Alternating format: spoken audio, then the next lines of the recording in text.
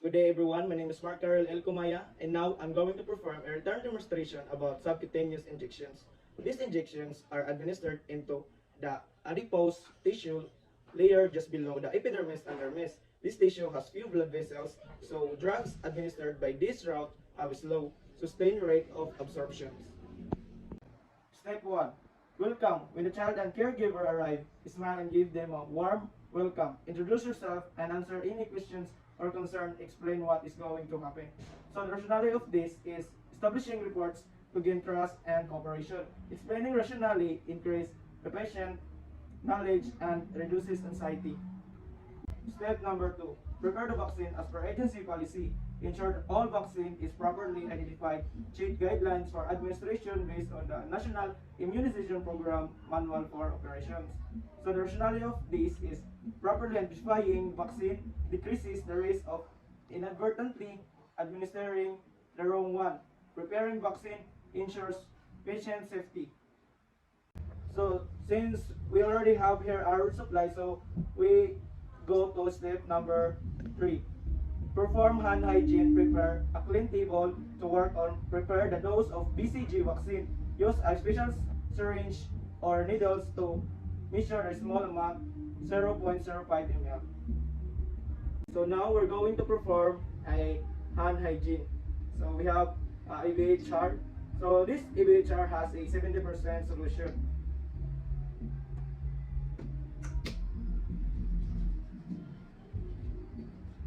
Let it dry.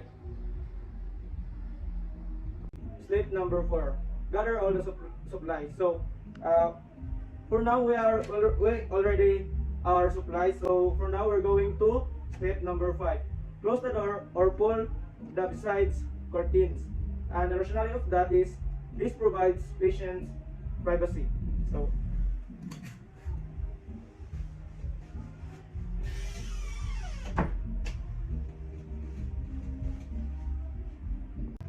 step number 6.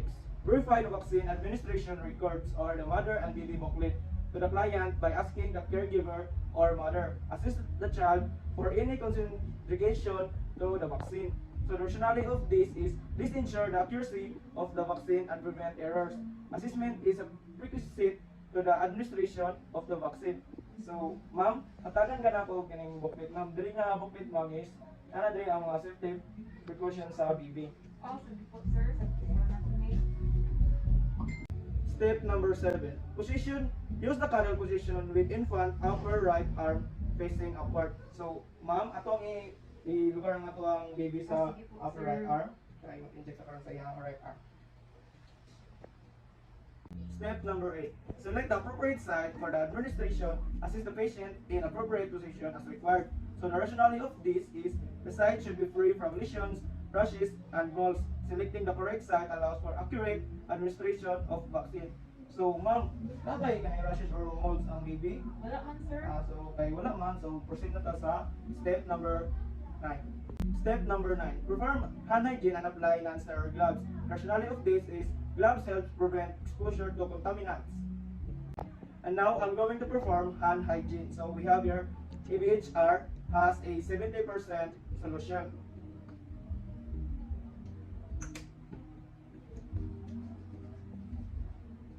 Let it dry. And now, we're going to use a non-sterile gloves.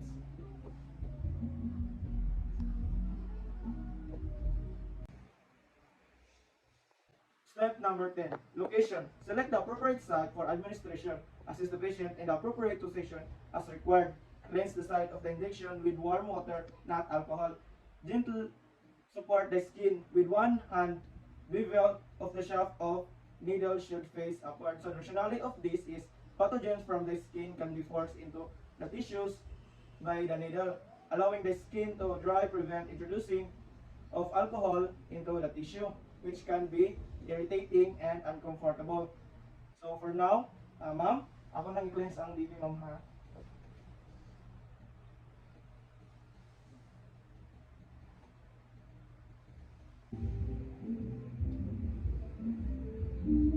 Step number 11. Remove the needle from the cup. So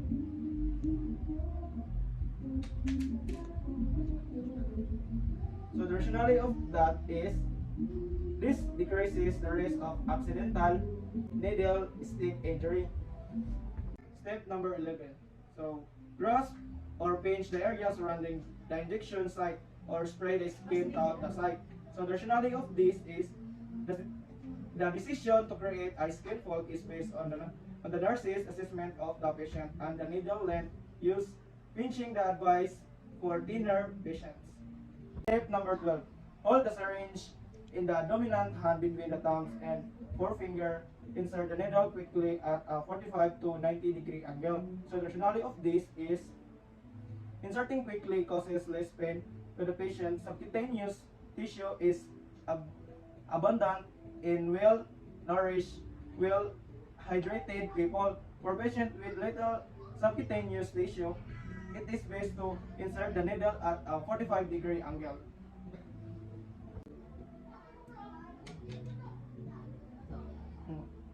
So assuming that this is measles containing vaccine, so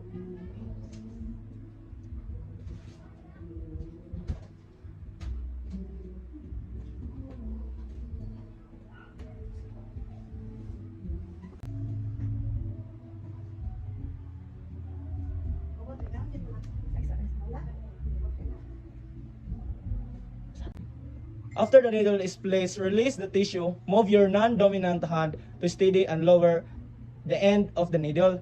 With your dominant hand, inject the medication at a rate of 5 seconds per 0.5 ml. Avoid moving the syringe. So the rationale of this is keeping the needle steady helps keep the needle in place. So withdraw the needle quickly at the same angle at which it was interested while supporting the surrounding tissue with your non-dominant hand. So the rationale of that is withdrawing at the same angle prevent tissue damage and increase pain at the injection site. Using a sterile gauge, apply gentle pressure at the site after the needle is withdrawn. Do not massage a site. The rationale of this is massage is not necessary and can damage underlying tissue. Massaging after a heparin injection can contribute the formation of the hematoma. Step number 16. Do not recap the needle. Apply the safety shield or needle guard on needle and dispose in a sharp container. So the rationale of this is safety shield and needle guard help prevent accidental needle stick injuries.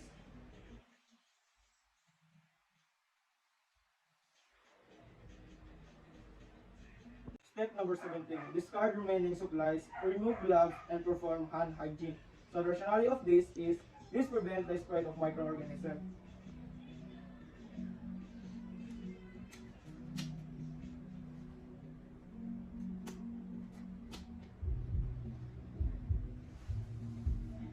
So we have here ABHR. So this ABHR has 70% solution.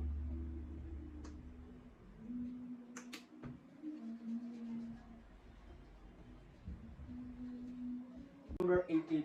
Documents the procedure and findings according to the agency policy. So the rationale of this is proper documentation helps ensure patient safety. Documentation, the time, date, location, and type of vaccine injected.